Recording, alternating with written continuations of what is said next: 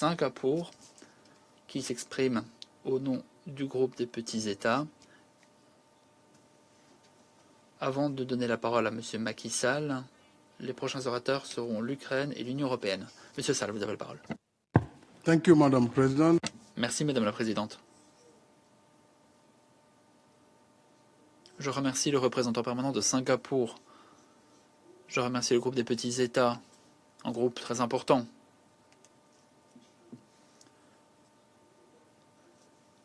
On parle de Nations Unies. C'est ma profonde conviction, quelle que soit la taille des nations. Il n'y a pas de petits, de grands États. Il peut y avoir de petits pays ou de grands pays, mais selon moi, il faut absolument prendre en considération les circonstances des petits États, eu égard au respect de l'état de droit et des résolutions du Conseil de sécurité et même de l'Assemblée générale. J'affirme simplement l'importance que j'accorde à l'ensemble des pays membres, qu'ils soient grands ou petits.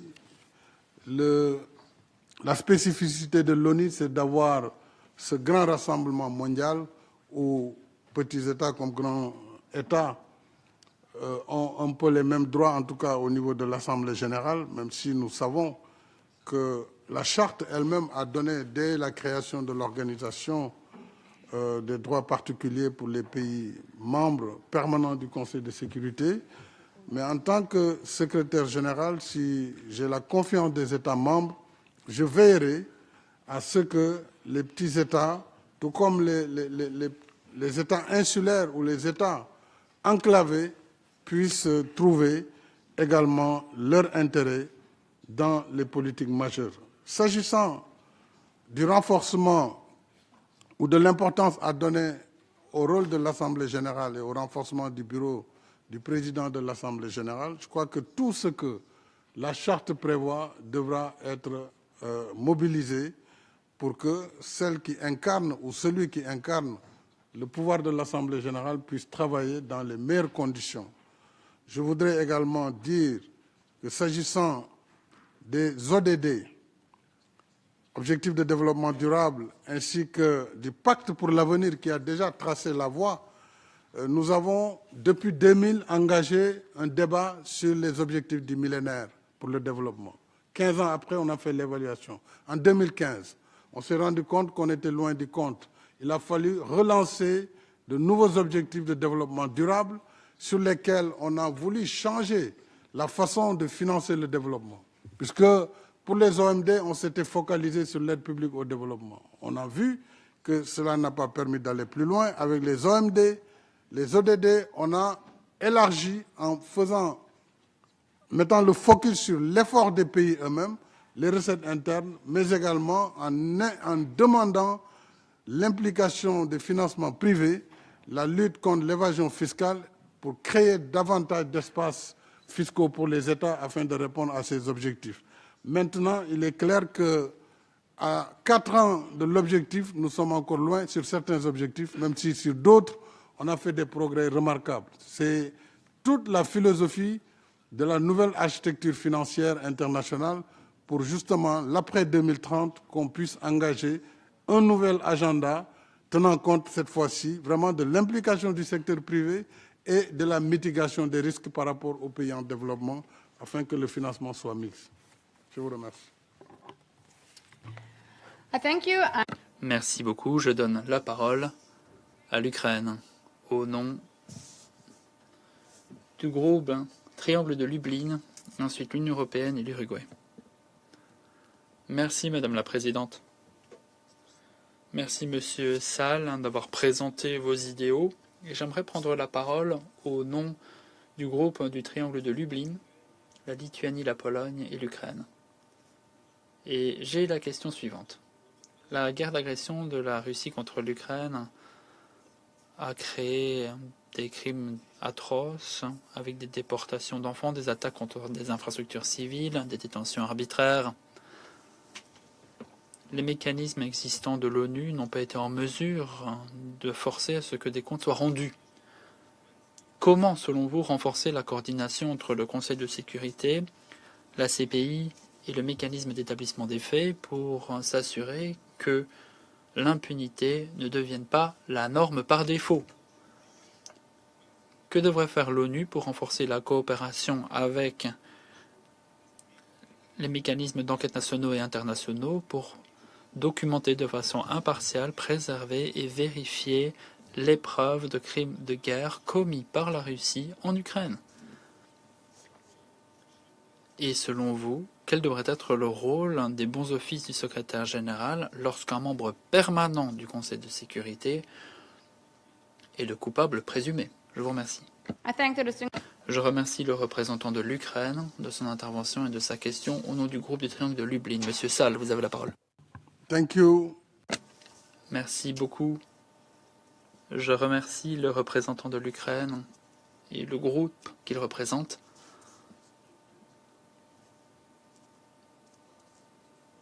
Cela fait 4 ans que le conflit a éclaté. Et lors de ma présidence de l'Union africaine, j'ai fait de mon mieux personnellement pour trouver une solution. Je me suis rendu à Kiev avec 6 autres chefs d'État africains. Je suis aussi allé à Sochi en juin 2022 au nom de l'Union africaine. Et nous savons que lorsqu'un membre permanent du Conseil de sécurité participe à un conflit, il est très difficile de trouver une solution. On le sait toutes et tous. Monsieur le représentant de l'Ukraine, c'est qu'il faut, à mon avis, tout faire pour éviter dans ce conflit tout risque de dérapage. On a beaucoup parlé de Zaporizhzhia et il faut poursuivre les efforts de paix et la recherche de paix. Si je suis élu, bien sûr, secrétaire général, je compte poursuivre mon action dans le même esprit que je l'avais fait à Sochi et à Kiev, c'est de parler à toutes les parties, de soutenir toute initiative de paix, celle en cours, il faut les encourager également le dialogue avec les parties prenantes, mais également les pays de l'Union européenne qui sont naturellement impliqués de par leur territoire et accompagner déjà les efforts qui ont été engagés par le président Trump dans le cadre d'une recherche de solutions. Maintenant, la question sur le fait que l'implication d'un membre du Conseil de sécurité, un membre permanent, cela rend la tâche difficile pour l'organisation. Parce que chaque membre permanent dispose du droit de veto. Ça veut dire que vous ne pouvez pas déjà prendre une résolution contraignante contre ce membre, dès lors qu'il va s'opposer à la résolution. Donc ça, c'est un problème global qui se pose à notre organisation. Je crois que la seule manière d'éviter, en tout cas le blocage du Conseil, c'est de poursuivre la réflexion, d'abord au niveau du Conseil de sécurité, parler vraiment aux différents membres, en particulier aux membres permanents, mais également au niveau de l'Assemblée générale. Il faut que ce débat soit le débat des États membres, pour que, au moins sur les questions de guerre, sur les questions de droits de l'homme majeures, lorsqu'il y a un conflit, qu'on puisse éviter tout droit de veto et qu'on puisse aller vers la résolution des conflits. I mean, speaking to anyone is not endorsement, but... Il s'agit donc de voir comment la paix devient possible. De bons offices, de renforcement des mécanismes internationaux de surveillance par rapport à tous les manquements dans les zones de conflit. Je vous remercie. Merci. Merci. Je donne maintenant la parole à l'Union européenne, au nom de l'Union européenne et de ses États membres. Il sera suivi de l'Uruguay et de la première organisation de la société civile. Je vous remercie, Madame la Présidente.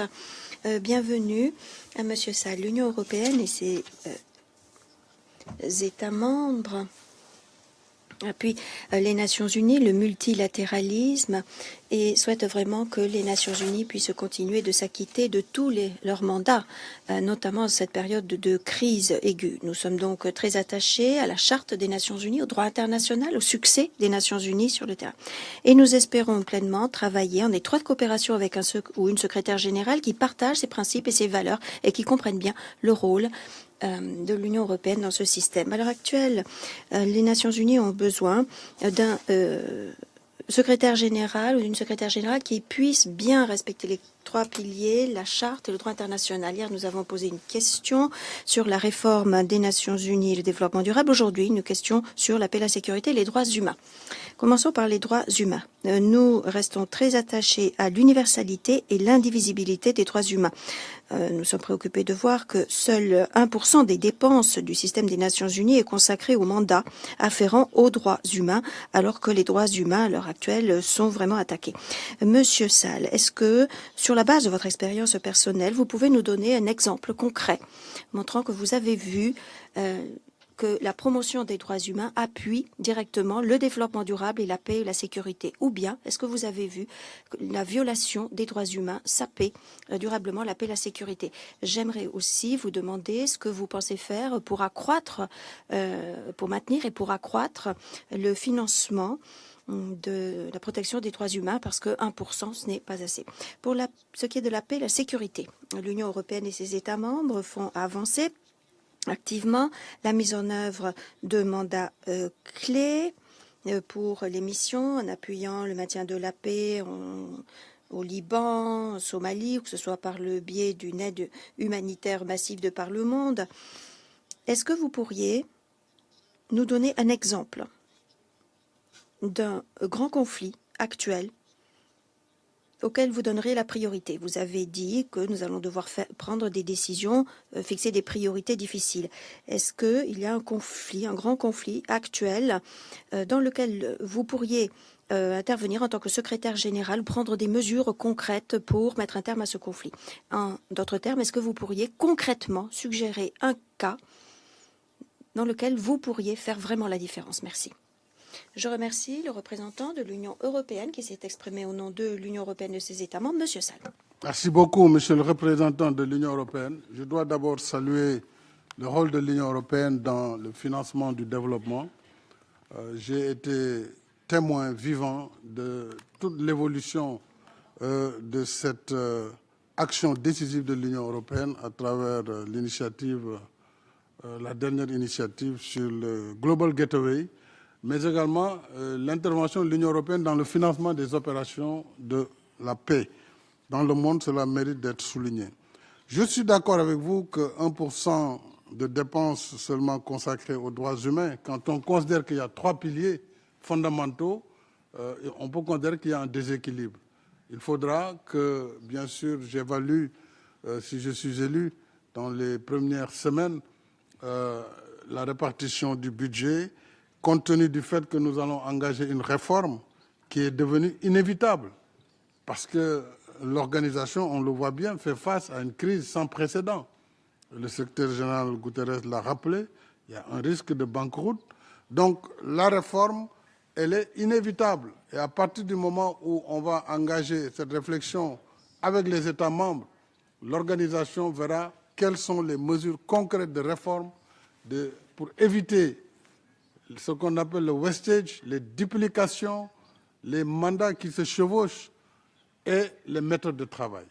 Sur cette base, on pourra réaffecter certainement des ressources plus significatives aux droits humains qui sont universels, on l'a dit, et indivisibles. Je prêterai une attention particulière à ce propos. Il est clair que la promotion des droits humains ne peut apporter que du bien-être pour les pays. Et donc, de ce point de vue, nous devrons, en tant qu'organisation intergouvernementale, travailler aussi avec des acteurs. Hier, j'ai eu le plaisir, ou avant-hier, de rencontrer une grande organisation de la société civile, travailler sur de nouvelles bases pour que, sur le terrain en tout cas, l'action des États soit complétée autant que possible, bien sûr dans le cadre d'un accord qui sera défini très clairement, où les rôles des uns et des autres seront définis. S'agissant maintenant des conflits, il y a tellement de conflits, et il n'y a pas un conflit plus important qu'un autre, mais aujourd'hui, l'actualité nous montre que l'urgence, c'est la résolution du conflit entre les États-Unis d'Amérique, Israël et la République islamique d'Iran. Et je salue d'ailleurs la prolongation du délai qui a été donné pour le cessez-le-feu. Et il faut souhaiter, et il faut que les Nations Unies aussi participent dans la recherche de solutions définitives dans ce conflit, dans la protection des pays de la région, dans la sécurité et la sûreté nucléaire également, mais travailler aussi sur le Moyen-Orient, qui est un conflit qui a duré depuis plusieurs décennies entre Israël et la Palestine, le Liban. Tout ça, c'est des préoccupations urgentes. Je n'oublie pas, bien sûr, le conflit entre l'Ukraine et la Russie. Et je n'oublie pas, venant d'Afrique, le conflit sur le Soudan, qui est le plus meurtrier aujourd'hui, où on a le plus de victimes qui se déplacent et où l'action humanitaire est plus que jamais, en tout cas, une urgence pour le monde entier. Donc ce sera vraiment une action diplomatique très forte qui sera engagée sur l'ensemble des théâtres de conflit. Je vous remercie. Merci. I now give the floor.